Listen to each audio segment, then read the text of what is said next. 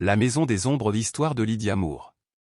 Tout le monde avait ri le jour où une pauvre veuve acheta, pour $100 à peine, un ancien manoir abandonné qui avait autrefois appartenu à un chef de la mafia.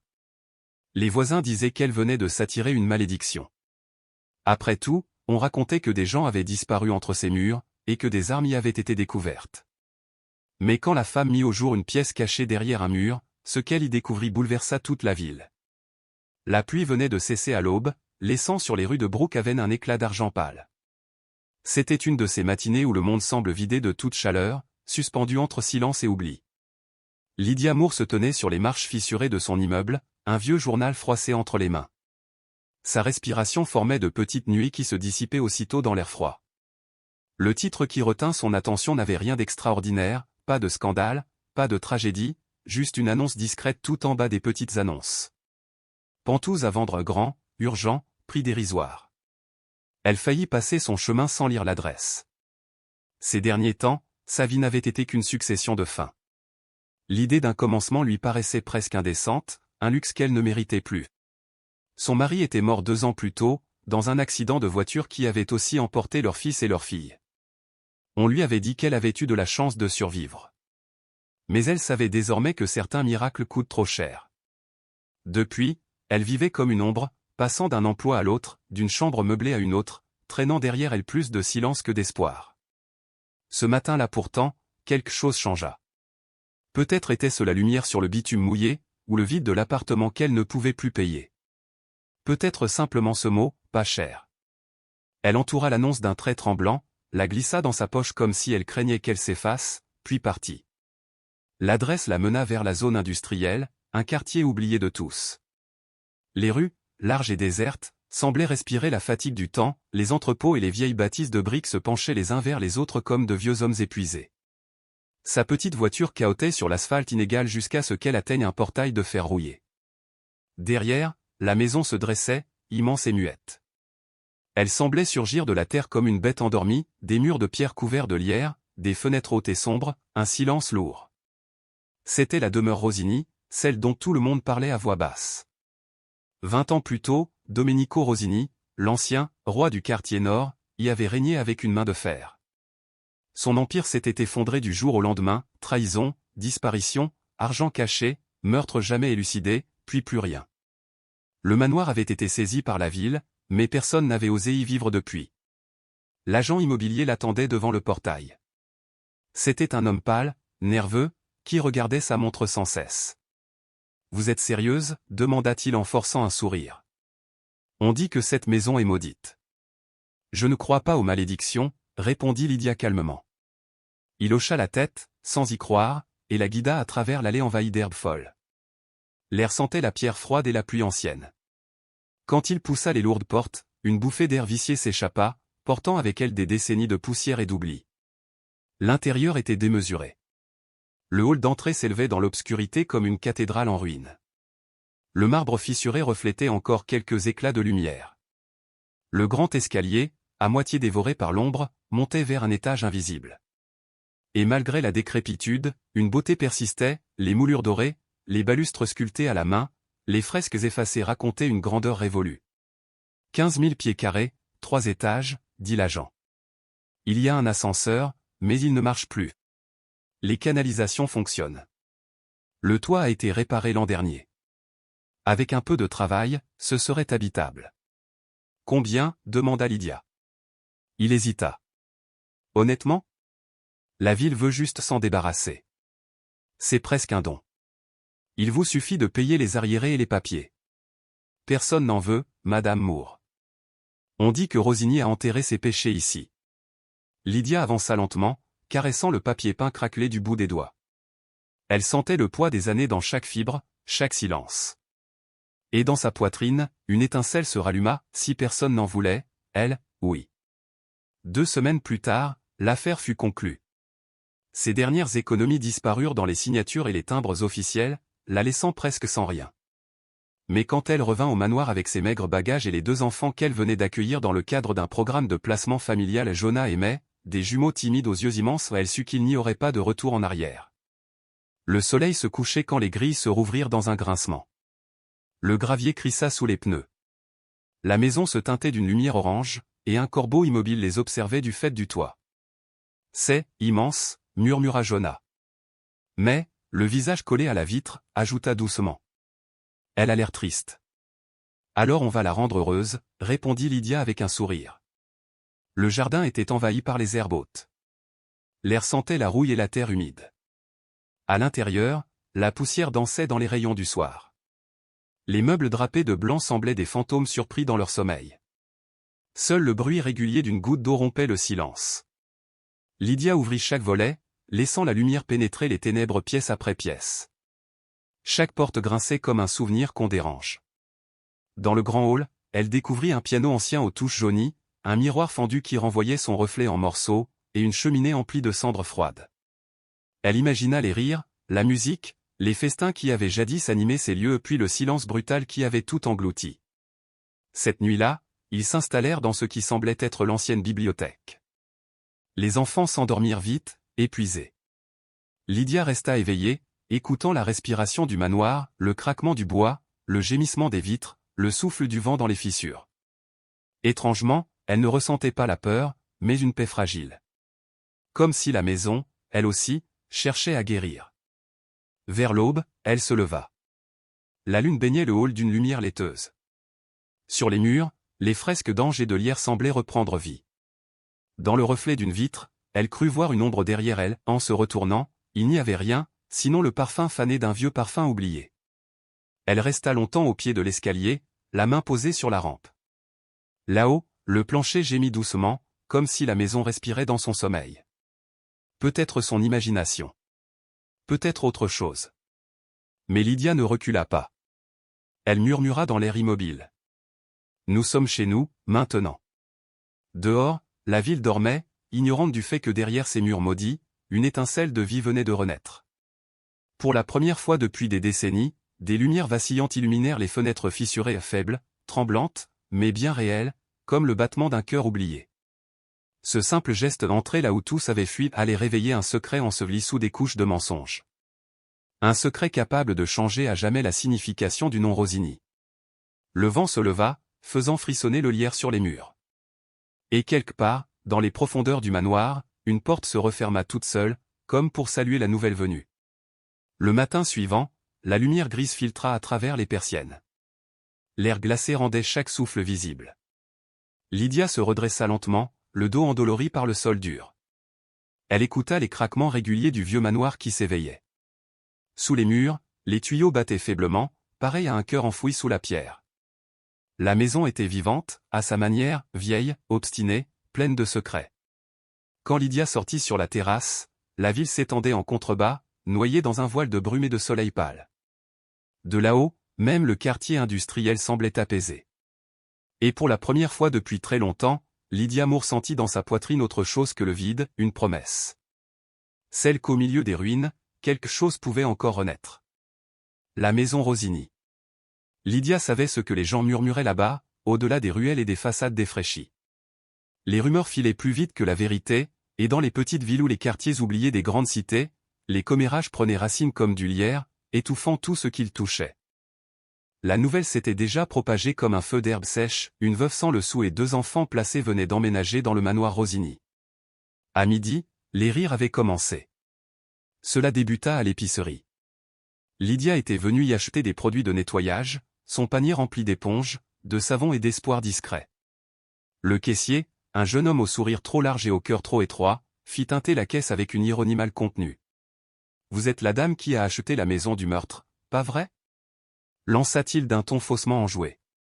Derrière elle, une femme gloussa, « Faites attention, madame, les fantômes italiens sont bavards. » Lydia garda les yeux baissés, fixés sur le comptoir, et ne répondit pas. Elle avait cessé depuis longtemps de vouloir se défendre auprès de ceux qui avaient déjà choisi leur version de l'histoire. Sur le chemin du retour, elle croisa 2 adolescents filmant près du portail envahi de lierre. « Et, madame Rosini !» cria l'un d'eux. « Vous entendez des cris la nuit ?» Leur rire éclata comme une gifle dans l'air froid. Lydia continua d'avancer, le visage brûlant, la tête haute. Ce n'était pas la première fois qu'elle affrontait la moquerie. On avait toujours chuchoté que la malchance la suivait, que la tragédie était son ombre. Les gens ont besoin d'un monstre à craindre, ou d'un malheur à railler.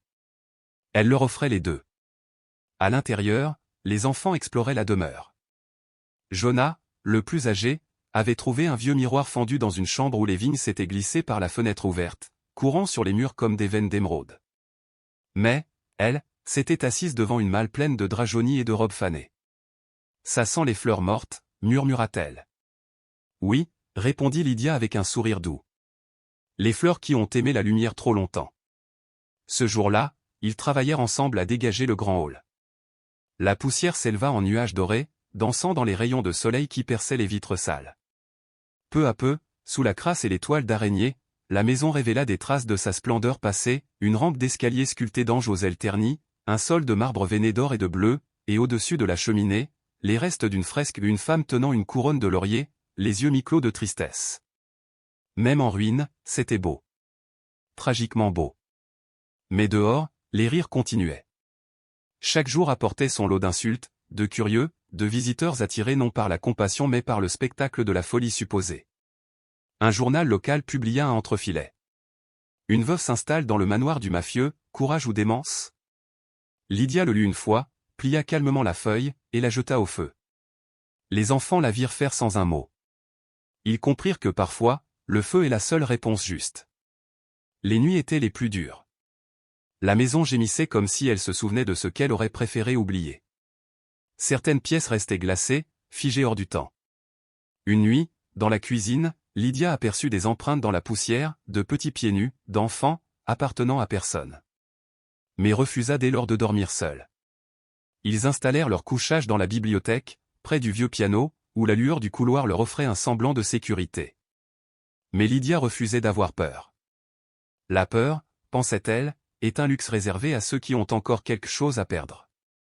Ce qui l'effrayait davantage, c'était l'idée de l'abandon, du renoncement, de cette inertie qui lui avait déjà volé trop d'années. Alors elle s'accrochait à la maison. Chaque clou enfoncé, chaque vitre nettoyée, chaque recoin balayé devenait un acte de défi, un refus silencieux de céder au mépris du monde. Un après-midi, elle fit une découverte. Derrière une armoire, dans une chambre à l'étage, elle trouva une pile de photographies en noir et blanc.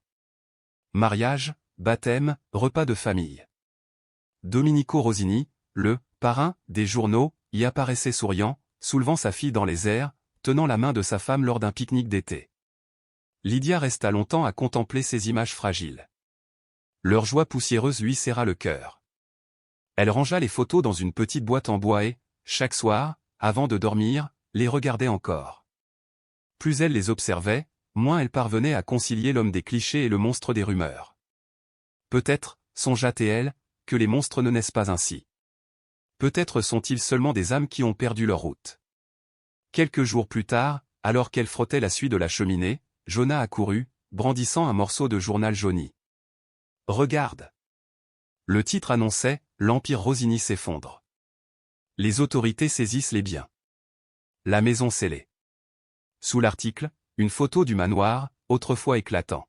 « Que lui est-il arrivé ?» demanda le garçon. « Nul ne sait », répondit-elle doucement.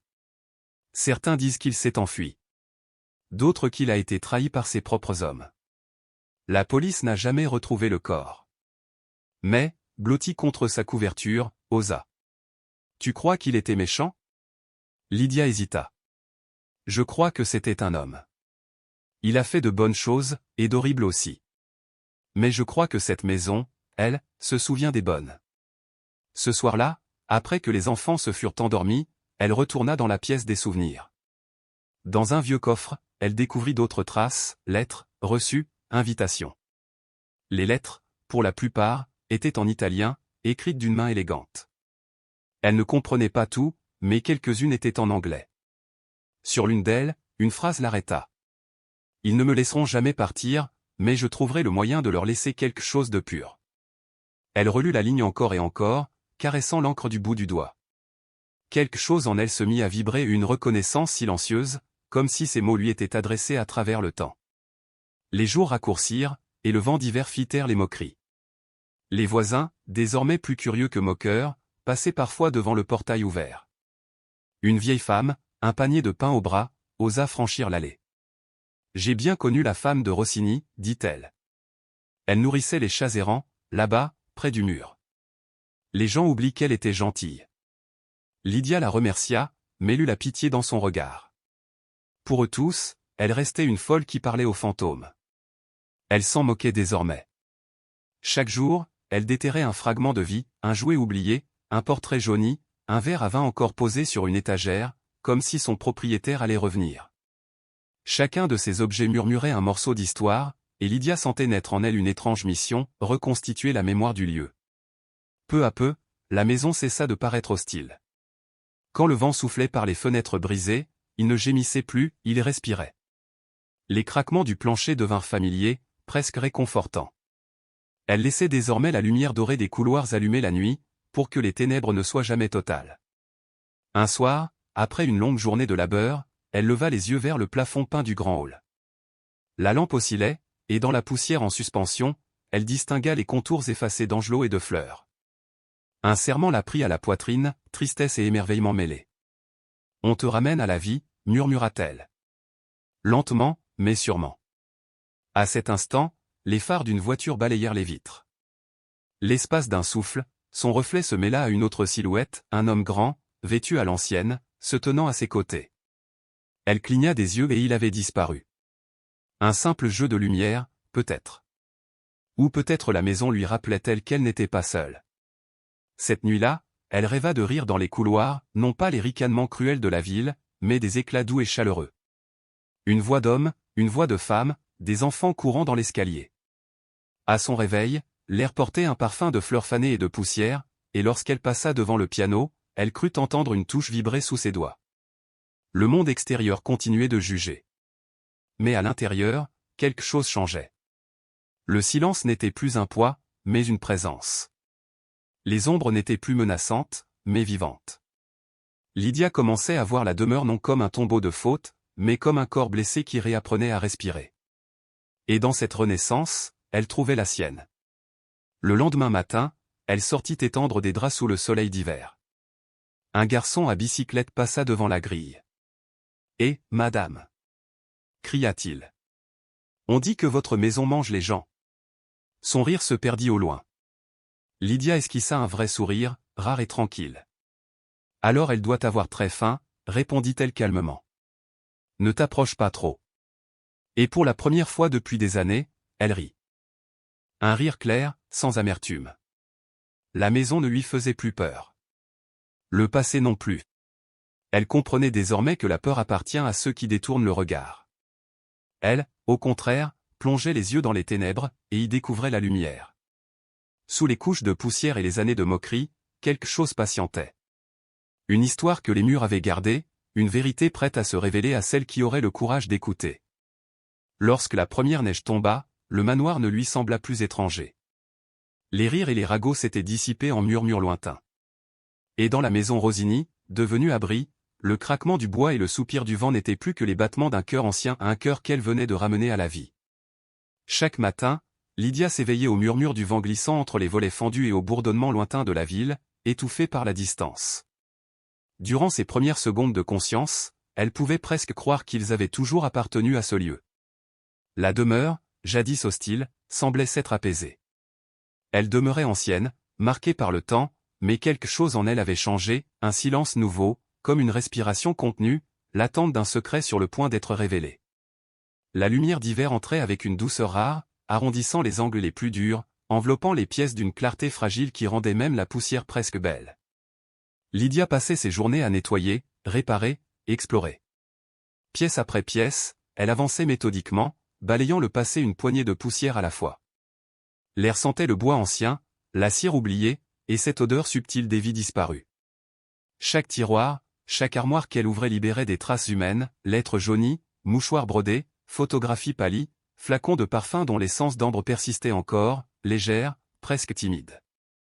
Ce fut un matin semblable aux autres, alors qu'elle dégageait le couloir de l'étage supérieur, qu'elle remarqua quelque chose d'étrange. Sur le mur du fond, derrière une lourde armoire de chêne, le papier peint paraissait plus récent, sa couleur plus vive, son motif légèrement désaligné. Elle passa la main sur la surface et sentit une irrégularité, une ligne de relief là où il ne devrait pas y en avoir. L'armoire semblait soudée au sol, immobile depuis des décennies. Jonah, occupé à balayer non loin, la regarda froncer les sourcils. « Aide-moi à pousser, murmura-t-elle. À deux, ils appuyèrent de toute leur force. Le meuble grinça, gémit, puis céda lentement, dévoilant une portion de mur en briques grossières qui n'appartenait pas à l'architecture d'origine. La maçonnerie était irrégulière, la chaux mal lissée, comme si quelqu'un avait voulu cacher plutôt que réparer. Lydia sentit son cœur battre plus fort. Ses doigts tremblaient tandis qu'elle effleurait la poussière. La maison, jusque-là étrange mais paisible, semblait soudain retenir son souffle. Pourtant, la curiosité l'emporta. Elle alla chercher un petit marteau et commença à dégager les briques. Chaque coup résonnait dans le couloir comme un écho lointain de coups de feu, sec et creux.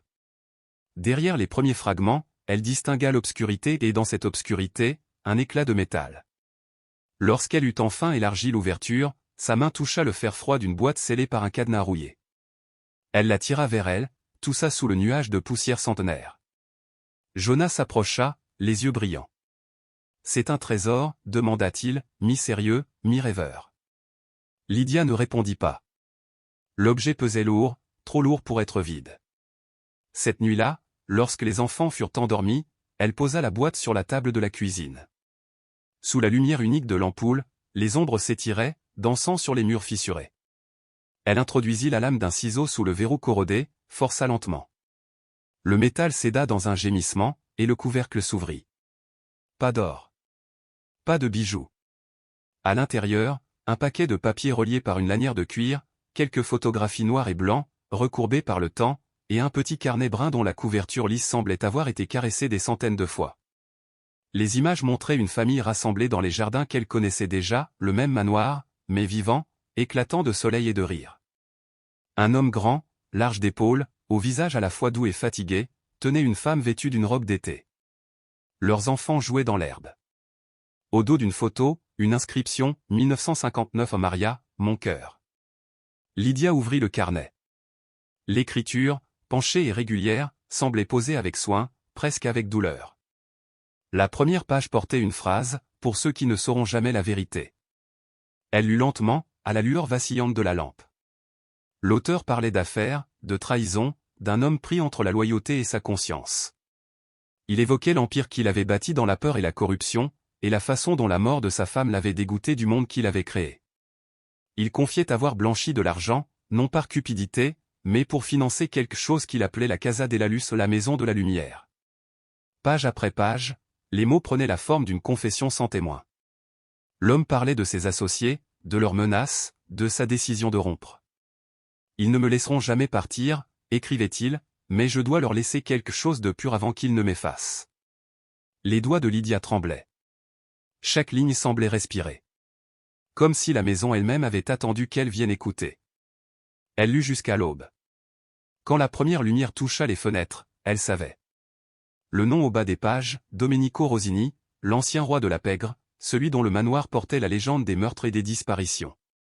Mais dans ce carnet, l'homme cherchait la rédemption. Il voulait transformer son empire en œuvre de bien. Il avait caché de l'argent, peut-être des millions, pour construire des foyers pour orphelins.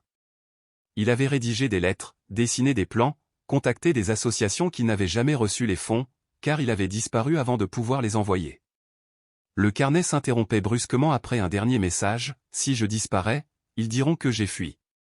Mais je pars à la rencontre de mon jugement, non pour l'éviter. » Lydia resta longtemps immobile, les mains posées sur les pages ouvertes. Le monde pensait cette maison maudite, hantée par la cruauté de son maître. Mais ce qu'elle tenait la racontait une autre histoire, celle d'un homme rongé par la faute et la volonté de se racheter. Elle pensa à la photo du jardin, à la femme au sourire clair, aux enfants jouant sous la lumière. Peut-être n'était-ce pas le mal qui avait bâti cette demeure, mais l'amour déformé, perdu, étouffé sous le poids des mauvais choix. Lorsque Jonah descendit, frottant ses yeux encore pleins de sommeil, il la trouva là, toujours assise. « Tu n'as pas dormi, maman ? » « Non, » murmura-t-elle. « Regarde. » Elle lui montra les photos. C'était sa famille. Il n'était pas seulement ce que les gens disent de lui. Le garçon observa les visages. Il voulait faire quelque chose de bien, alors ? Oui, répondit-elle doucement. Peut-être trop tard, mais il a essayé. Ce jour-là, la maison parut changée. L'air semblait plus léger, presque clément. En marchant d'une pièce à l'autre, Lydia ne voyait plus seulement la décrépitude. Elle voyait des traces de vie vécue dans la passion, la perte et l'espérance. Dans la salle de bal, le soleil filtrait à travers les grandes fenêtres, allumant dans la poussière des constellations minuscules. Sur les murs, sous la crasse, réapparaissaient des couleurs pâles, des fresques effacées où l'on devinait des moissons, des enfants riant sous des oliviers. Mais, qui nettoyait le bureau, appela soudain. « Maman, viens voir. » Sous un tas de papier, une enveloppe jaunie portait ces mots, « À celui qui trouvera cette maison. » Lydia hésita avant de l'ouvrir. L'encre était fanée, mais les mots restaient nets. Une maison n'est pas maudite par ce qu'elle a vu, mais par ceux qui refusent de lui pardonner. Si ce lieu survit, qu'il devienne un abri, non un tombeau. Lydia lut à haute voix. Sa voix tremblait, mais ne se brisa pas. Quand elle eut terminé, le silence s'étira. Jonah la regarda longuement. « Tu crois que c'est pour ça qu'on est ici ?» demanda-t-il à mi-voix. Lydia ne répondit pas tout de suite. Elle s'approcha de la fenêtre. La neige commençait à tomber, recouvrant le jardin d'un voile immaculé. Peut-être bien, pensa-t-elle. Ce soir-là, elle remit le carnet dans la boîte de fer, mais ne put se résoudre à le dissimuler de nouveau. Elle le plaça sur la cheminée du grand hall, parmi les vestiges du passé. C'était là qu'il devait rester. Elle imagina Domenico Rosini parcourant ces mêmes couloirs, alourdi de remords mais tendu vers la lumière. Une étrange parenté la liait à lui désormais. Peut-être chaque âme passée par cette maison avait-elle cherché la même chose, la paix, le pardon, la possibilité d'un recommencement. Mais l'espoir, lorsqu'il s'éveille, tire toujours derrière lui une ombre.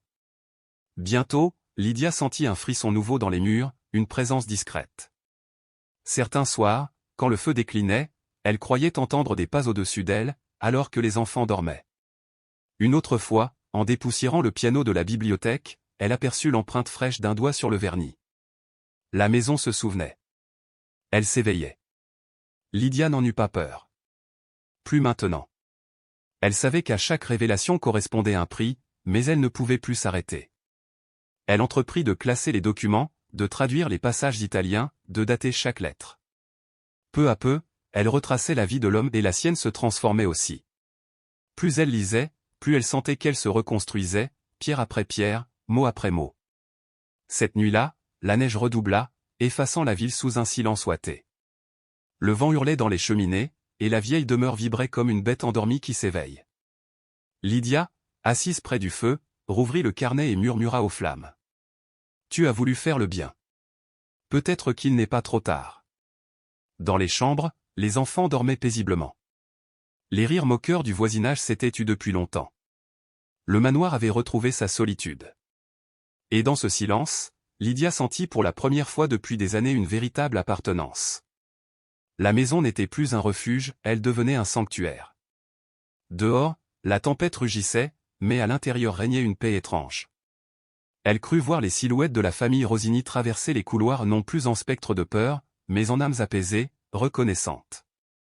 Les murs ne pleuraient plus, l'air n'avait plus de rancune. Il ne restait que la mémoire, dense, pure, presque sacrée. Et quelque part, derrière une autre cloison encore dissimulée, quelque chose attendait. Quelque chose qui révélerait combien du rêve de Domenico Rosini survivait encore. La maison, enfin, commençait à lui faire confiance.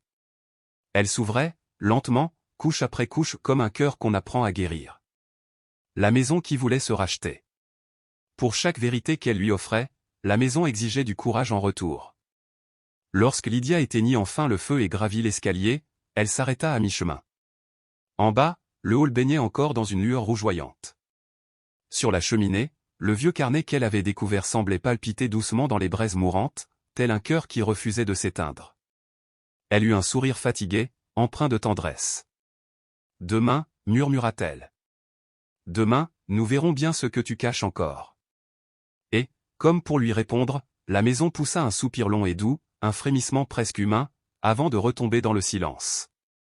Le lendemain, après la tempête de neige, le monde tout entier semblait figé dans une paix fragile.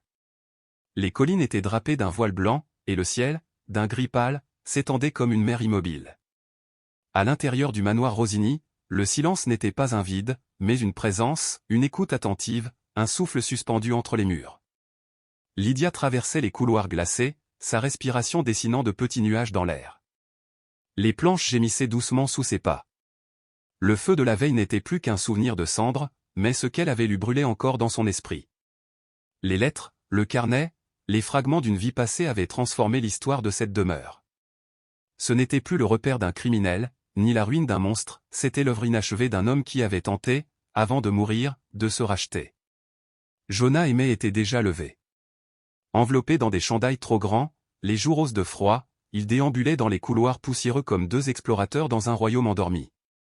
Chaque porte qu'ils ouvraient, chaque craquement du plancher devenait promesse de trésor. C'est Jonah qui découvrit le signe du destin. Il jouait dans l'ancien bureau avec une petite boule métallique trouvée sur un meuble impresse-papier, lourd et poli par le temps. En roulant, la boule heurta le mur sous une fenêtre et produisit un son étrange, un écho creux, différent. « Maman !» appela Théil. « Écoute, ça sonne bizarre ici. » Lydia, qui triait du linge dans un coffre voisin, s'approcha, s'essuya les mains sur sa jupe et frappa doucement le mur. Un premier coup, puis un deuxième. Son cœur se serra. Le bruit ne trompait pas, ce n'était pas du plâtre plein, mais un vide, un espace dissimulé. « Apporte-moi le tournevis, dit-elle d'une voix basse. Jonah obéit sans discuter. Ensemble, ils dégagèrent les planches disjointes, révélant peu à peu l'angle d'une porte métallique encastrée dans le mur. Carrée, massive, 3 pieds de large, ornée d'une poignée ternie et d'un cadran sans éclat. La poussière y formait une seconde peau. Aucun d'eux ne parla. Le coffre-fort semblait vivant, pesant d'un silence millénaire. Mais apparut dans l'encadrement, sa poupée serrée contre elle. « C'est quoi ?» demanda-t-elle. « Quelque chose que M. Rosini voulait garder pour lui seul », répondit Lydia. Le reste de la journée se déroula dans une agitation contenue. La découverte du coffre éveillait en eux un mélange d'excitation et de crainte. Ils nettoyèrent autour, ôtèrent les toiles d'araignée, suivirent du doigt les gravures presque effacées. Les chiffres du cadran avaient disparu, le métal refusait d'obéir. Pourtant, tous ressentaient cette tension, cette proximité d'un secret sur le point de renaître. La nuit tombait, quand les enfants furent endormis, Lydia revint s'asseoir devant la porte d'acier. Une lampe à pétrole jetait une lumière tremblotante sur ses traits. Elle observa longuement le mécanisme, le cadran usé, la serrure rouillée mais intacte. Rien n'indiquait qu'on eût tenté de forcer l'ouverture. Ce qui reposait là avait été scellé volontairement. Elle repensa aux dernières lignes du carnet de Rosini, à ces mots empreints de peur, « Ils effaceront mon nom avant que je puisse réparer mes fautes. » Peut-être avait-il voulu cacher ici la preuve de sa rédemption, ou un bien destiné à corriger le mal commis. Lydia essaya plusieurs combinaisons, tournant le cadran avec précaution, comptant à voix basse, attentive au moindre clic. Mais rien ne céda. À l'aube, les doigts engourdis par le froid, elle abandonna et murmura, les yeux clos. « Tu voulais faire le bien, alors aide-moi à trouver comment. » 2 jours plus tard, la réponse arriva. En triant les papiers tirés d'une vieille boîte, elle découvrit une carte d'anniversaire soigneusement pliée, Julia fête ses 7 ans. 14 mars. Cette date lui sauta aux yeux. Elle l'avait vue à plusieurs reprises dans les notes de Rosini, associées à des mentions du « projet » et du « fond ». Elle sentit son cœur s'accélérer. Elle retourna au bureau, s'agenouilla devant le coffre et fit tourner le cadran avec lenteur. 3, 1, 4. Un déclic, net, sec, brisa le silence. Le battant grinça, dévoilant une obscurité chargée d'odeurs de métal et de papier ancien. Lydia retint son souffle. Elle en sortit une liasse de documents enveloppés dans une toile cirée, une petite boîte de fer, et un paquet de lettres jaunies liées par une ficelle. Elle posa le tout sur la table, alluma une bougie supplémentaire, et commença à examiner les papiers. Les feuillets portaient des tampons officiels, des signatures, des sceaux, relevés bancaires, actes notariés, formulaires légalisés. Tous portaient le nom de Giovanni Rosini. Il y avait aussi des transferts vers des comptes intitulés Casa dello Trust. Les chiffres étaient vertigineux. Des millions, répartis sur plusieurs banques, bloqués après sa mort. Une lettre jointe, adressée au custodian of estate, stipulait que ces fonds devaient être utilisés exclusivement pour créer un foyer pour enfants, en partenariat avec la mairie. 3 signatures authentifiaient l'acte, dont celle de Rosini lui-même. Les mains de Lydia tremblaient. Sous ses yeux, l'homme que la ville avait haï révélait enfin son ultime volonté, transformer la fortune du crime en un refuge pour l'innocence. Dans la petite boîte, elle trouva des objets personnels, une croix d'argent, une photographie d'une femme et de 2 enfants, et un billet plié en 4. Pardonnez-moi. 2 mots. Rien d'autre. Elle resta longtemps immobile, la flamme de la bougie vacillant devant elle. Puis, un rire lui échappa léger, incrédule, presque douloureux. Pendant des années, cette maison avait été un symbole de honte et de peur, aujourd'hui, elle devenait un sanctuaire d'espérance. Les jours suivants, Lydia ne pensa plus qu'à cela. Elle relut chaque lettre, compara les dates, reconstitua le fil des événements. Le fonds avait été gelé lors de la confiscation des biens de Rosigny. Ses complices avaient disparu ou été arrêtés. Son nom, traîné dans la boue, avait sombré avec lui. Mais si elle pouvait prouver l'authenticité des documents, peut-être le projet pourrait-il renaître. Elle se mit à passer des coups de fil d'abord timidement, puis avec une détermination nouvelle. Les fonctionnaires lui riaient au nez, la prenant pour une rêveuse à la recherche d'un trésor mafieux. Pourtant, elle persista. Jusqu'à ce qu'un employé compatissant la redirigeait vers un vieil avocat du nom de Howard Caldwell, ancien conseiller juridique de l'État. Sa voix, au téléphone, était rauque mais intriguée. Si vous possédez réellement les papiers de la Casa de l'eau, Madame Moore, cela va réveiller bien des fantômes. Quelques jours plus tard, elle le rencontra dans un bureau encombré d'archives. Il examina les copies à la loupe, longuement, sans un mot. Puis il leva les yeux. Ce sont soit des faux extraordinaires, soit de véritables reliques. Il hésita avant d'ajouter. Si vous voulez aller au bout, je peux demander une vérification officielle. Mais cela prendra du temps. Et beaucoup n'aimeront pas qu'on remue cette histoire. Je ne cherche pas les ennuis, répondit-elle calmement. Je veux seulement achever ce qu'il n'a pas pu accomplir. L'avocat l'observa, silencieux. C'est exactement ce qu'il disait, murmura-t-il enfin. Les semaines qui suivirent furent une épreuve. Paperasse, cachet, regard méfiant. Souvent, Lydia avait l'impression de parler à des murs. Pourtant, une force nouvelle la portait. Chaque fois qu'elle franchissait la porte d'un bureau, elle sentait le poids du manoir derrière elle, comme si les murs eux-mêmes l'encourageaient. Un soir, alors qu'elle classait encore des dossiers près du feu, Jonas s'approcha. « Tu crois qu'ils vont te donner l'argent, maman ?» Elle sourit doucement. « Ce n'est pas pour moi, mon cœur. C'est pour la maison. Pour lui. Pour tous ceux qu'on a oubliés. » Mais leva les yeux de son carnet de dessin. « Alors, c'est un peu comme s'il nous aidait depuis le ciel. » Lydia hocha la tête. « Peut-être. Ou peut-être qu'il nous aide simplement depuis son passé. » Le temps s'étira. L'hiver s'effaça lentement. La neige fondit sur les marches. Le jardin, délaissé depuis des années, se réveilla sous un soleil timide. Les oiseaux revinrent sous les avant-toits, emplissant l'air d'un bourdonnement neuf. Et puis, un matin de printemps, la lettre arriva. Une enveloppe au sceau officiel. Lydia sentit ses mains trembler en la décachetant. Les mots dansèrent un instant devant ses yeux. L'authenticité des documents a été confirmée. Le fonds connu sous le nom de Casa de l'eau Trust peut être restauré à sa fin initiale, sous supervision d'un administrateur désigné. Elle s'effondra sur une chaise, la lettre serrée contre son cœur. Les enfants accoururent, curieux. « Qu'est-ce que ça veut dire ?» demanda Jonah. Elle leva les yeux, un sourire brillant de larmes. « Cela veut dire, mes amours, que nous allons enfin achever ce qu'il avait commencé. » Dehors, la lumière inondait les vitres du vieux manoir. Et dans le murmure des murs, il sembla à Lydia entendre un dernier soupir de paix, celui d'un homme qui, par-delà la mort, avait trouvé le pardon. Cette nuit-là, Lydia déposa la croix d'argent retrouvée dans le coffre sur la cheminée, juste à côté du vieux carnet. Les flammes du foyer vacillèrent, s'élevant avec une intensité nouvelle, projetant sur les murs des reflets d'or et d'ambre. Dans la clarté mouvante, elle crut percevoir un souffle, un frémissement presque imperceptible, comme si la maison elle-même s'éveillait, consciente qu'une promesse, attendue depuis un demi-siècle, venait enfin d'être tenue. Le coffre restait ouvert dans le mur, béant comme une plaie refermée.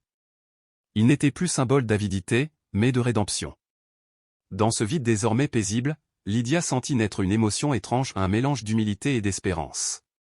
Ce qui avait autrefois contenu des secrets contenait maintenant des possibles. Elle ignorait encore ce que l'avenir lui réservait, savait seulement que le chemin serait difficile, semé de doutes, de résistance, peut-être même de danger. Mais elle n'était plus la veuve effrayée qui avait emménagé dans une demeure hantée par la peur et le silence. Elle était devenue la gardienne d'un héritage, la dépositaire d'un dernier espoir de pardon. La lumière du feu dansait sur les murs, et dans ce clignotement tiède, Lydia eut l'impression que la maison tout entière soupirait de soulagement comme si, enfin, elle pouvait respirer à nouveau. Dehors, la neige commençait à fondre, formant de minces ruisseaux qui dévalaient les marches de pierre, emportant avec eux les vestiges de l'hiver. Le manoir, si longtemps figé dans le silence, semblait se ranimer. Et sous le murmure du vent, Lydia crut entendre une voix, lointaine, calme, emplie de gratitude, « Merci ».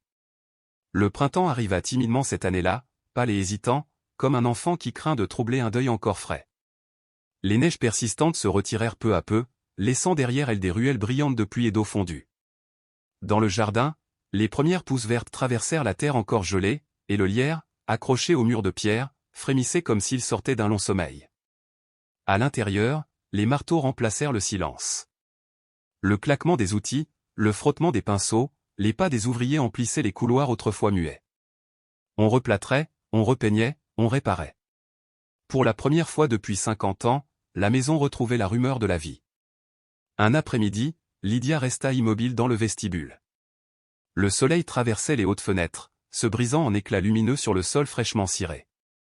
Le coffre muré demeurait ouvert à cicatrices visibles d'une blessure ancienne. Sur la cheminée, encadrée avec soin, reposait la lettre officielle de l'État, à côté du carnet de Rosigny et de la croix d'argent. Ces trois objets formaient désormais sa boussole.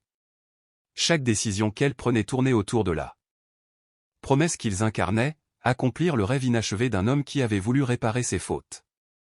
La nouvelle du fonds retrouvé se répandit vite. Ce qui n'était d'abord qu'un article anecdotique dans le journal local se transforma en sujet national. Les journalistes affluèrent, venus de la région, puis d'autres pays. Tous voulaient parler à la veuve qui avait racheté un manoir de mafieux et découvert une fortune destinée à la charité. On réclamait des photographies, des interviews, des citations. Pour chaque article la louant comme héroïne, deux autres la tournaient en ridicule. Les titres oscillaient entre la veuve qui rachète la mafia et l'imposture du manoir hanté. Lydia tenta d'ignorer cette effervescence. Elle croyait que les documents parleraient d'eux-mêmes, que le travail à venir prouverait la vérité. Mais la curiosité attire la lumière, même là où l'on préférerait l'ombre. En quelques jours, les caméras s'installèrent aux grilles. Des inconnus prenaient des photos à travers les barreaux. Des enfants, sur le chemin de l'école, s'arrêtaient pour chuchoter, fascinés. Parfois, Lydia avait de nouveau l'impression d'être une étrangère dans sa propre maison, non plus entourée de spectres du passé, mais de fantômes bien vivants, ceux du doute et de la rumeur. Puis arriva la première lettre anonyme. Glissée dans une enveloppe sans timbre, sans signature. L'écriture était irrégulière, pressée, l'encre brouillée par une empreinte. Elle disait simplement « Laissez tout cela enfoui, Madame Moore. Vous ignorez ce que vous avez réveillé. » Lydia la déchira et la jeta au feu. Mais ses mains tremblaient. D'autres suivirent. Certaines menaçantes, d'autres suppliantes, d'autres encore emplies de mots incohérents, d'avertissements voilés, de noms oubliés, de dettes qu'il valait mieux ne jamais rouvrir. Un matin, elle découvrit ces mots tracés à la craie sur la grille, « Vous creusez votre propre tombe. » Elle effaça le message avant que les enfants ne le voient, mais le froid de ces lettres s'inscrivit en elle comme une brûlure. Quand elle parla à Howard Caldwell, son avocat, celui-ci ne parut pas surpris. Les ennemis de Rosigny ne se sont pas volatilisés, Madame Moore, dit-il calmement. Ils ont simplement vieilli. Certains ont des héritiers, des fortunes, des noms à préserver. L'argent a la mémoire longue, et certains préfèrent qu'on oublie ses origines. Je ne cherche pas leur argent, répondit-elle d'une voix basse. Je veux seulement qu'ils servent enfin à ce pourquoi il avait été destiné. L'avocat la regarda longuement.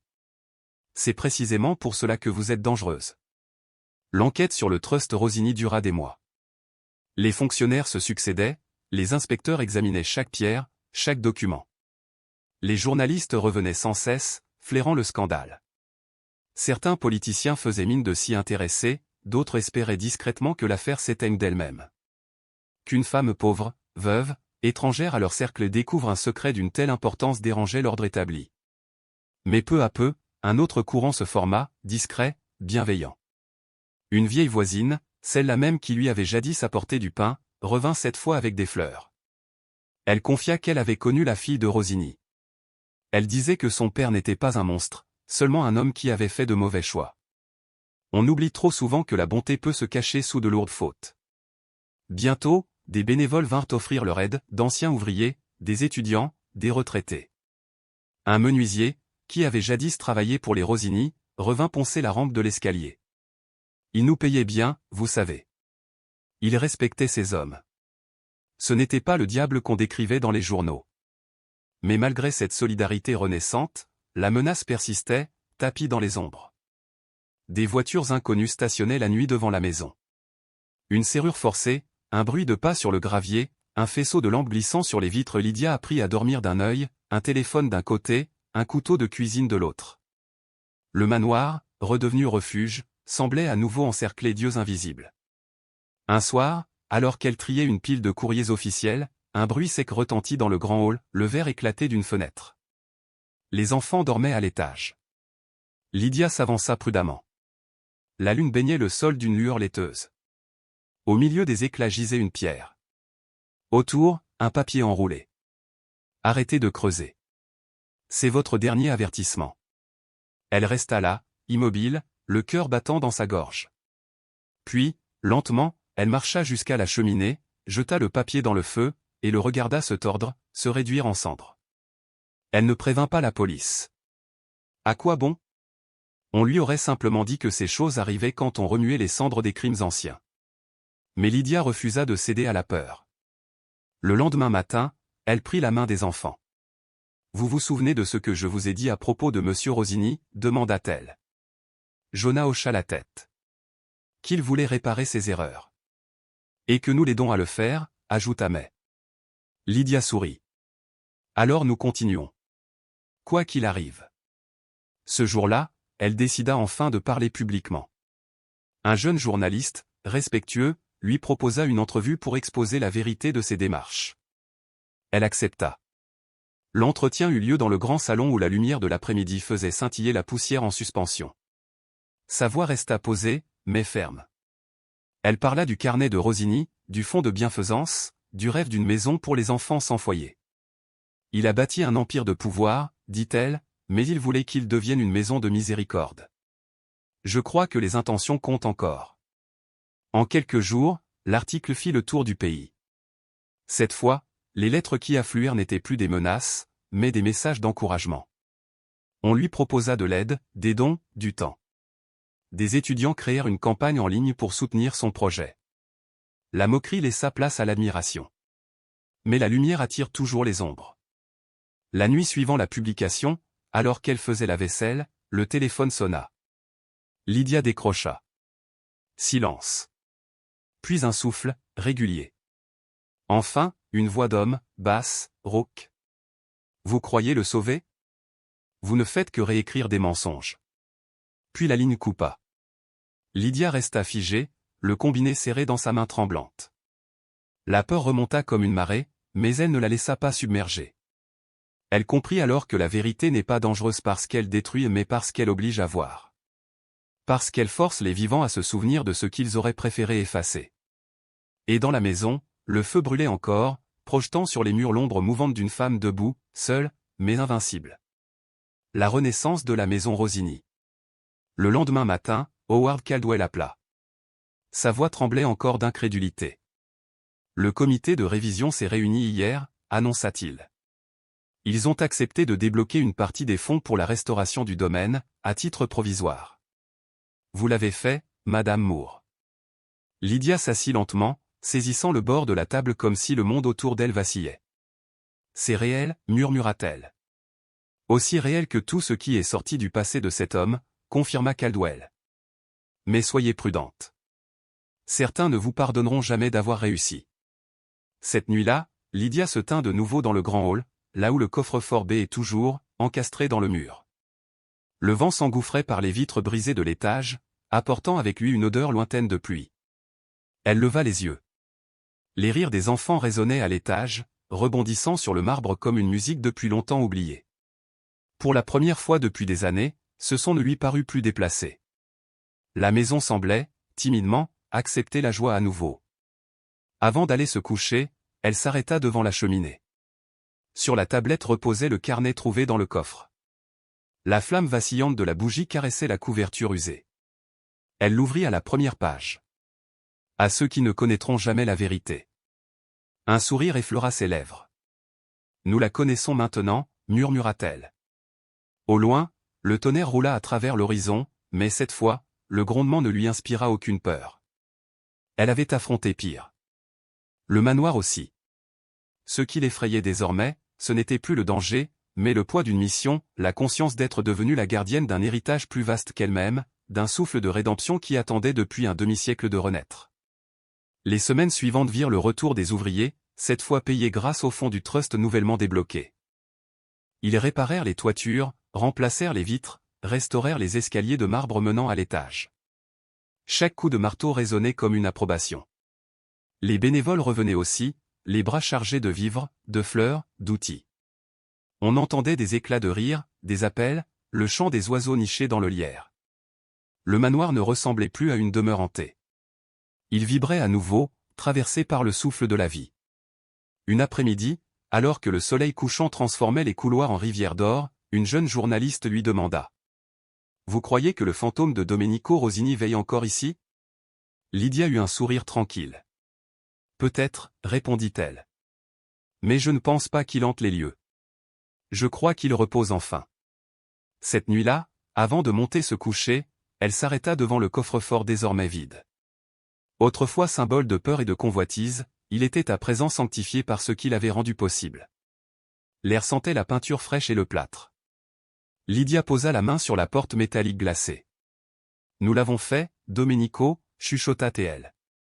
Elle crut alors percevoir un soupir presque humain suivi d'un rire ténu, celui d'un homme voyant enfin sa rédemption s'accomplir. Le silence retomba, mais c'était un silence apaisé, plein, semblable à celui qui suit une confession sincère. Dehors, la nuit enveloppait la maison comme une bénédiction. Dans les hautes fenêtres, les étoiles se reflétaient sur les vitres flambant neuves. Lydia resta longtemps là, sa main posée contre le mur où le coffre avait été scellé.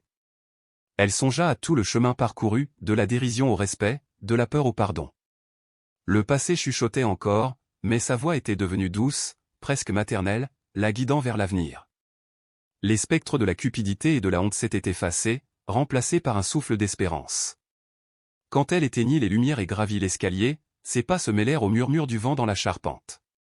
Le manoir ne semblait plus pleurer son histoire. Il s'était transformé. Ce n'était plus un mausolée, mais un pont entre ce qui avait été perdu et ce qui pouvait encore être sauvé.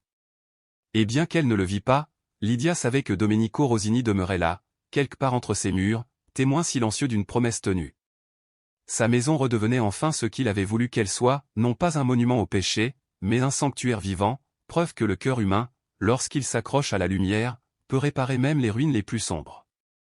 Le premier vrai jour du printemps arriva dans un tumulte de marteaux et de parfums de plâtre humide. Le manoir ne résonnait plus du vide. Il battait au rythme du renouveau. Dans le grand hall, les rires remplaçaient les échos, et l'on entendait le crissement des échelles qu'on déplaçait pour repeindre les murs d'un beige doux et doré.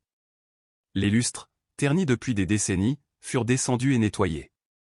Chaque cristal retrouva son éclat, capturant les éclats du soleil de l'après-midi. Pour la première fois depuis des générations, la demeure Rosini ne ressemblait plus à un tombeau, mais à un foyer. Lydia circulait parmi les ouvriers comme un chef d'orchestre au milieu de ses musiciens. Les manches retroussées, les cheveux noués, les mains tachées de peinture, elle dirigeait, transportait des planches, essuyait la sueur de son front et jamais ne se plaignait.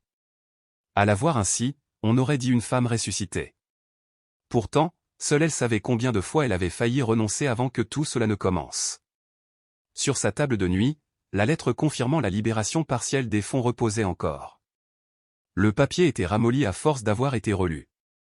Ce document n'était pas qu'une autorisation administrative, c'était sa justification, la preuve vivante de chaque humiliation endurée, de chaque nuit blanche, de chaque refus surmonté.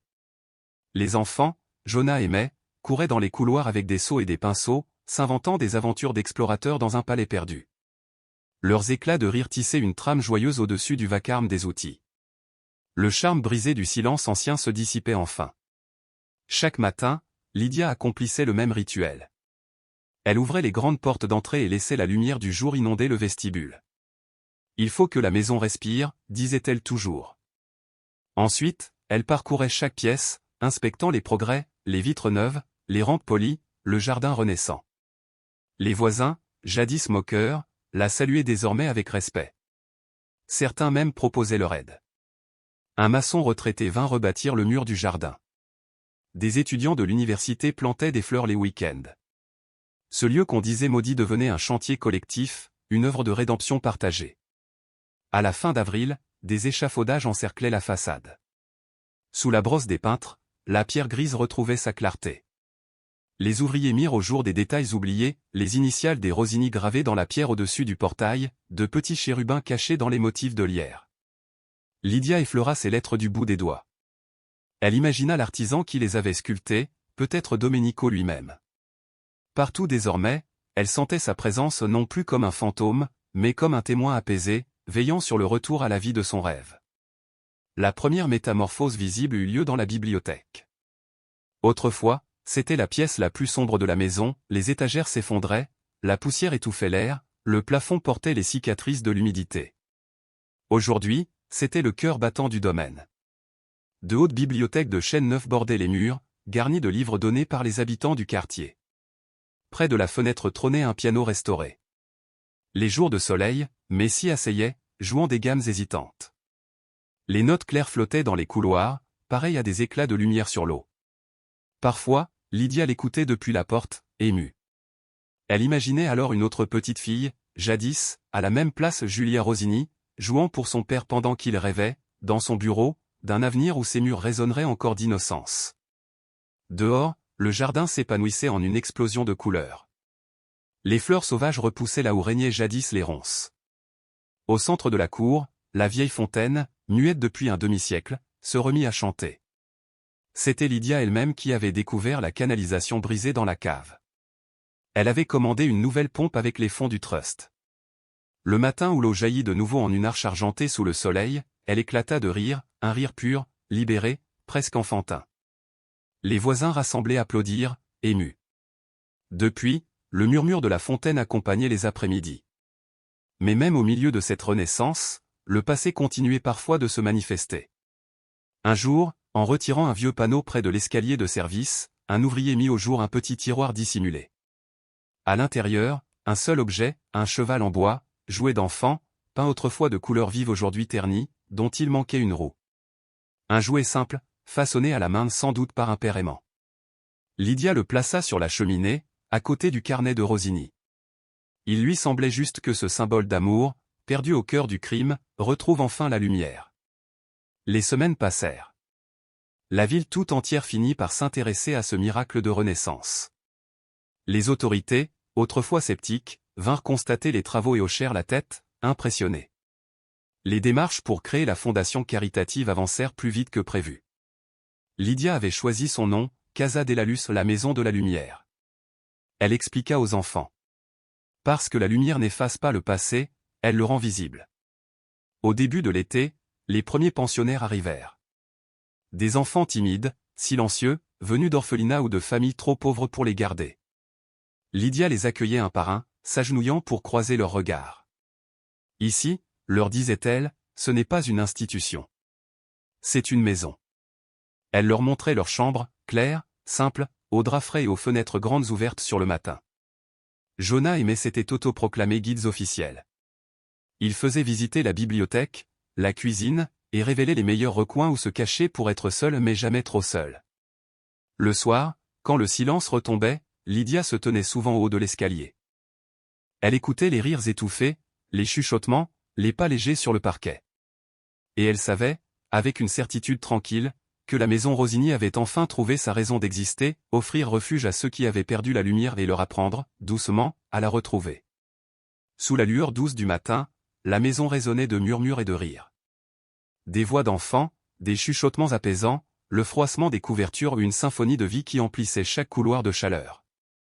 Pour Lydia, c'était la plus belle musique qu'elle eût jamais entendue. Autrefois, ces murs n'avaient connu que les échos de la peur et des secrets. Aujourd'hui, ils respiraient à nouveau. Et la transformation s'étendait bien au-delà de la demeure. Dans la ville, ceux qui s'étaient autrefois moqués d'elle commençaient à envoyer des dons ou des caisses de vêtements, de jouets, de livres. Un homme, dont le père avait travaillé pour Rossini, arriva un matin avec une camionnette chargée de meubles. « Je ne dirais pas que c'était un saint, dit-il d'une voix bourrue en déchargeant une table, mais il n'était pas le diable non plus. Mon père disait qu'il payait toujours à temps et traitait ses ouvriers avec respect. Peut-être est-il juste que sa maison serve enfin à faire le bien. » Lydia le remercia, la gorge serrée, les yeux brillants. Autrefois, ces mêmes habitants détournaient le regard en passant devant le portail. Désormais, ils s'arrêtaient pour écouter les rires des enfants qui jouaient dans la cour. Certains soirs, au coucher du soleil, elle voyait ces passants marquer une pause, sourire, comme s'ils comprenaient enfin que la malédiction n'avait jamais existé et qu'elle n'était que le chagrin d'un passé oublié trop longtemps. Un après-midi, un fonctionnaire de la ville se présenta sans prévenir, accompagné d'une petite équipe de photographes. Il souhaitait documenter la restauration de la demeure pour un article sur la Renaissance urbaine. Lydia accepta, avec une pointe d'hésitation. Les photographes parcoururent les pièces, émerveillés. Ils prirent des clichés du bois poli, des murs fraîchement repeints, des enfants rieurs, des jardins en fleurs. L'une d'elles, une femme calme aux yeux doux, s'arrêta devant la cheminée où reposait le vieux carnet, la croix d'argent et le cheval de bois. « Vous avez gardé tout cela » demanda-t-elle. « Oui » répondit Lydia. « Ils font partie de cette maison. » La femme hocha la tête. « La plupart les auraient jetés. »« Alors, la plupart auraient manqué l'histoire » dit Lydia avec un sourire tranquille. Le soir venu, après le départ des visiteurs, un silence paisible enveloppa la demeure. Lydia s'assit près de la fenêtre, une tasse de thé entre les mains. Dehors, la fontaine scintillait sous la lune, et le murmure de l'eau apaisait ses pensées. Elle songea à son mari, à la vie qu'on lui avait volée, à ce premier jour où elle avait franchi ce seuil, n'ayant pour bagage que la peur et l'épuisement. Elle pensa aussi à Rossini, cet homme déchu par son ambition, consumé par le remords et à la façon dont leur destin s'était entrelacé, à travers le temps et la douleur, pour donner naissance à une rédemption partagée. Avec les jours plus longs et la chaleur de l'été, le manoir s'installa dans sa nouvelle existence. Le rire des enfants emplissait chaque couloir. L'odeur du pain chaud s'échappait de la cuisine et enveloppait la maison. Les pièces jadis condamnées s'ouvraient maintenant sur des flots de lumière et de couleurs. L'ancienne salle de bal devint un réfectoire. Le bureau sombre se transforma en salle de classe. Et dans la bibliothèque, le piano muet retrouva sa voix. La nuit, quand tout dormait, Lydia aimait parcourir les couloirs déserts, effleurant les murs du bout des doigts. La maison ne paraissait plus froide. Elle battait, douce et vivante, d'une chaleur intime. Les craquements du plancher n'étaient plus des soupirs de fantômes, mais le murmure apaisé d'une demeure satisfaite. Parfois, dans le reflet des vitres, elle croyait apercevoir des silhouettes, un homme, une femme, un enfant qui la regardait avec des sourires discrets. Elle ne se retournait jamais. C'était suffisant de savoir que le passé reposait enfin en paix. Un soir, elle réunit tous les enfants dans le grand hall. Ils se tenaient en demi-cercle, impatients, les yeux pétillants. Lydia souleva le drap qui recouvrait un nouveau panneau destiné au portail d'entrée. En lettres fières, on pouvait lire « Casa de l'eau, un foyer pour chaque enfant ». Les travailleurs applaudirent, les enfants éclatèrent de joie, et quelqu'un se mit à jouer du piano. Lydia se tenait parmi eux, les larmes aux yeux. Ce rêve né de la honte et du secret devenait enfin une lumière pour tous. Quand les derniers invités partirent et que les enfants montèrent se coucher, elle resta un moment seule dans le hall. Dehors, le nouveau panneau pendait fièrement, baigné par la lampe du portail qui diffusait un halo doré sur la grille. Elle se tourna vers la cheminée, où reposaient les reliques de Rossini, et murmura. « Nous avons tenu ta promesse. » Le silence qui suivit n'était pas vide. C'était le silence profond et rassurant d'une histoire arrivée à sa juste fin. Lydia sentit comme un souffle de gratitude dans l'air, comme si les murs eux-mêmes rendaient grâce. Elle resta là jusqu'à ce que l'horloge sonne minuit, son carillon doux résonnant dans les couloirs. Un sourire effleura ses lèvres. La maison avait trouvé sa véritable vocation. Non pas un bastion de richesse, ni un symbole de peur, mais un témoignage vivant, même le passé le plus sombre peut être racheté par la compassion. Les fantômes n'étaient pas partis, ils avaient simplement changé de forme. Leur tristesse s'était faite bienveillance. À l'étage, les enfants dormaient d'un sommeil paisible. Dehors, la fontaine murmurait sous la lune, reflétant les étoiles comme des promesses. Et dans cette paix parfaite, Lydia sentit une grâce silencieuse l'envelopper. La maison de lumière avait retrouvé son cœur. Et dans son battement, Lydia entendit la vérité qui guiderait le reste de sa vie, rien ne meurt vraiment tant que l'amour demeure pour s'en souvenir. À la fin de l'automne, l'air de Brookhaven portait déjà ce froid métallique annonciateur des premières gelées. Les jardins du manoir s'étaient teintés d'or et de rouge, et les feuilles craquaient sous les pas des enfants comme des rires cristallisés. La demeure Rosigny, jadis repère d'ombre, resplendissait maintenant sous la lumière oblique des jours plus courts. La fontaine coulait encore, bordée de givre à l'aube, et chaque matin, la fumée des cheminées montait doucement dans le ciel. Ce qui fut autrefois un mausolée de regrets était désormais un refuge vibrant. La Casa de l'eau vivait pleinement. Lydia observait les bénévoles entrer avec des cartons de manteaux et de couvertures. Le sol, jadis fissuré, était maintenant recouvert de tapis tissés par un artisan local. Au mur pendaient des dessins, des soleils au crayon, des arcs-en-ciel à l'aquarelle, des portraits d'enfants souriants. Même la plus timide d'entre eux, une fillette arrivée des mois plus tôt, serrant son ours en peluche contre elle, riait désormais en dévalant l'escalier. La maison était devenue ce que Rosigny avait toujours espéré, un lieu où les âmes perdues pouvaient retrouver non seulement un abri, mais une appartenance. La ville elle-même avait changé. Ce qui n'était d'abord qu'une curiosité était devenu un symbole de fierté civique. Le maire avait assisté à l'inauguration estivale, balbutiant devant les caméras que la Casa de l'eau incarnait, la victoire de la compassion sur l'héritage. Depuis, les soutiens affluaient de partout, des écoles, des commerces, même de quelques anciens associés de Rosigny, désormais réconciliés avec leur passé. Certains faisaient des dons anonymes. D'autres envoyaient de la nourriture, des jouets, accompagnés de mots écrits à la main. L'histoire de la veuve qui avait transformé le manoir d'un ancien mafieux en orphelinat devint une légende locale. Mais Lydia, elle, ne se voyait pas comme une héroïne. Ses journées étaient pleines de choses simples, planifier les repas, réparer une fuite, apaiser une peur, enseigner une leçon. Les enfants étaient devenus son monde, et elle se mouvait parmi eux avec la constance d'un cœur battant, ferme et bienveillant. Chaque soir, lorsque la maison s'assoupissait et que la dernière lampe s'éteignait, elle s'asseyait près du feu, le carnet de Rosigny sur les genoux. Les pages, fragiles d'avoir trop été tournées, lui étaient devenues familières. Elle les relisait sans cesse, non plus pour comprendre, mais pour se souvenir. Une phrase la hantait toujours, un homme ne peut défaire ce qu'il a bâti dans l'obscurité, mais il peut laisser une lumière derrière lui pour ceux qui auront le courage de la porter. Lydia avait porté cette lumière, sans même s'en rendre compte. Et maintenant, en regardant autour d'elle le fruit de tant de luttes, elle se demanda si l'âme de Rosigny pouvait enfin reposer. Bien sûr, tout n'était pas parfait, le fonds de la fondation restait limité, la maison exigeait des réparations constantes, et l'administration trouvait toujours de nouveaux formulaires, de nouvelles conditions. Mais elle affrontait tout cela autrement, avec calme, patience, détermination. Elle avait compris que le bien n'est pas un exploit isolé, mais une œuvre continue, un feu fragile qu'il faut entretenir chaque jour. Un soir, alors que le soleil déclinait derrière les arbres, Lydia reçut une lettre. L'enveloppe portait l'écriture soignée d'Howard Caldwell. À l'intérieur, une simple page. Chère Madame Moore. Le rapport de l'État est achevé. La totalité du fonds Rosigny vous est désormais attribuée. Vous en avez la pleine responsabilité. J'ai la conviction que vous saurez en faire meilleur usage que nous tous réunis. Lydia resta longtemps immobile, la lettre entre les doigts. Le feu crépitait doucement, projetant sur les murs des ombres dorées. Tout le poids des années à la peur, les nuits blanches, les doutes se dissipa lentement. Ce qu'elle ressentit n'était pas le triomphe, mais la paix.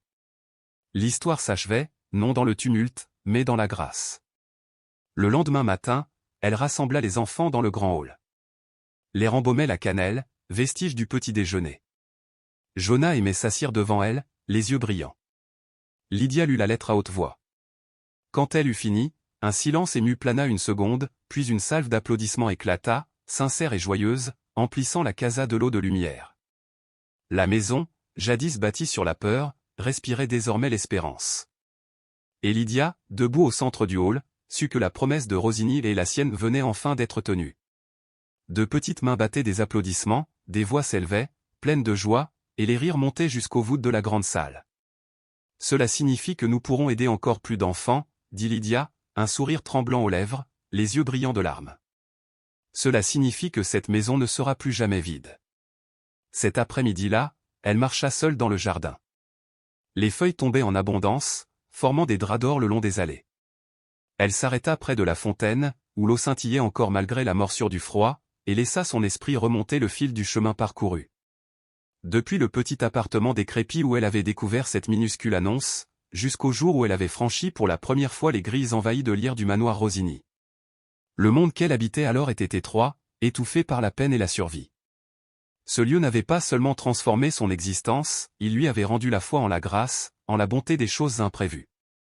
En longeant le péristyle, elle parvint à l'arc de pierre où l'ancien blason des Rosigny était gravé. Elle effleura du bout des doigts le relief usé et murmura.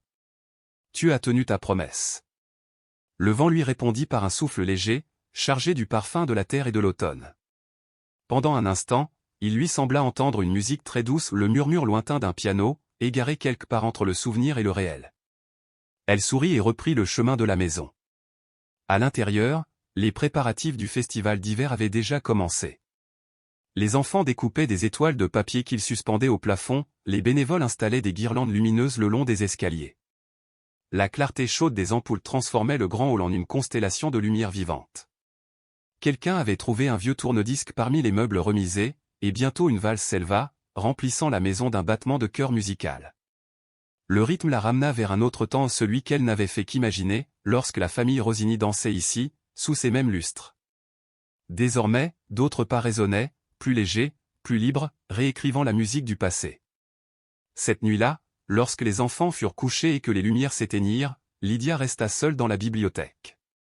Le coffre-fort incrusté dans le mur, désormais ouvert à jamais, luisait faiblement dans la lumière du feu. À l'intérieur, elle avait déposé un dernier objet, une photographie de tous les enfants rassemblés devant la façade du manoir, leurs visages rayonnant de vie. Elle l'avait placé à côté de la croix d'argent et du petit cheval en bois.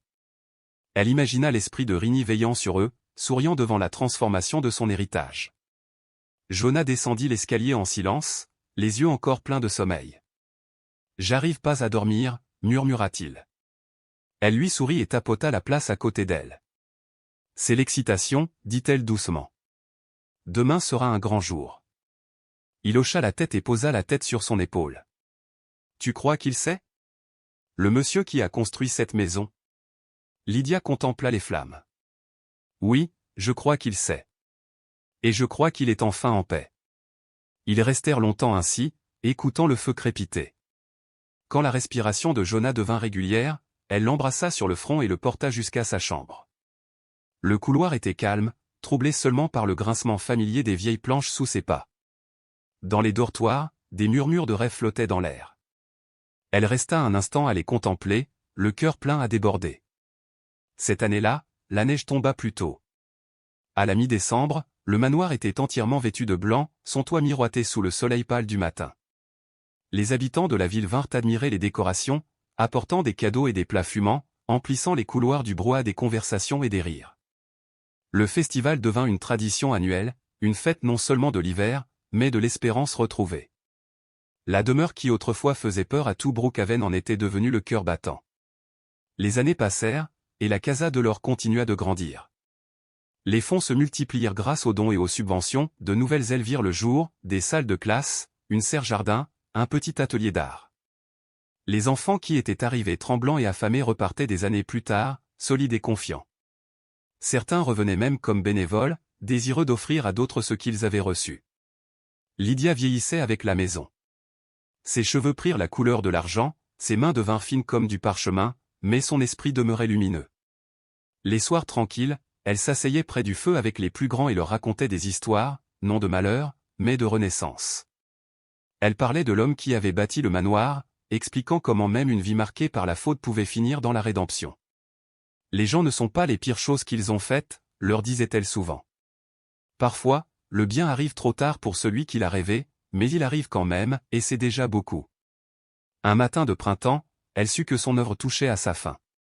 Des années s'étaient écoulées depuis ce premier jour glacial où elle était arrivée ici, n'ayant pour tout bagage que l'espérance et 2 enfants apeurés. Les arbres se couvraient de bourgeons, la fontaine scintillait sous la lumière neuve. Assise dans son fauteuil favori, près de la fenêtre de la bibliothèque, elle tenait sur ses genoux le vieux carnet de Rosigny. Les pages jaunies, l'encre presque effacée. Mais elle n'avait plus besoin de les lire, les mots vivaient désormais en elle. Par la vitre, elle aperçut Jonah et May, presque adulte à présent, guidant un groupe de nouveaux arrivants dans le jardin. Leur rire montait jusqu'à elle comme une mélodie. Lydia sourit, son cœur débordé d'une fierté paisible. L'héritage continuerait. La maison n'avait plus besoin d'elle, elle possédait sa propre âme, son propre souffle. Ce soir-là, le soleil se coucha dans une flambée d'or et de carmin. Lydia fit une dernière promenade à travers le manoir. Les murs baignaient dans la lueur du crépuscule, l'air embaumait le bois chaud et la cire. Dans chaque recoin, elle voyait des échos, des enfants courant, des bénévoles peignants, des visages rieurs. Elle s'arrêta devant le coffre, posa la main sur le métal froid. À l'intérieur, la photographie reposait toujours, à côté de la croix et du petit cheval. « Merci », murmura-t-elle. Le lendemain matin, les enfants la trouvèrent assise près de la fenêtre, les mains jointes sur ses genoux, le carnet ouvert à ses côtés. Elle semblait dormir, paisiblement. Le feu s'était éteint, et la lumière de l'aube emplissait la pièce d'une clarté tendre. D'abord, ils ne pleurèrent pas. Il y avait trop de sérénité dans son visage pour y voir la mort.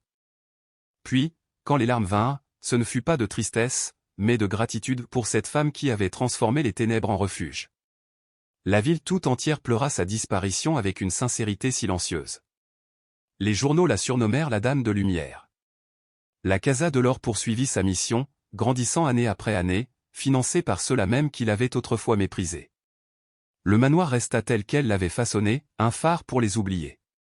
Bientôt, une plaque fut installée près de la fontaine, gravée de ses propres mots. Même la maison la plus sombre peut réapprendre à laisser entrer la lumière.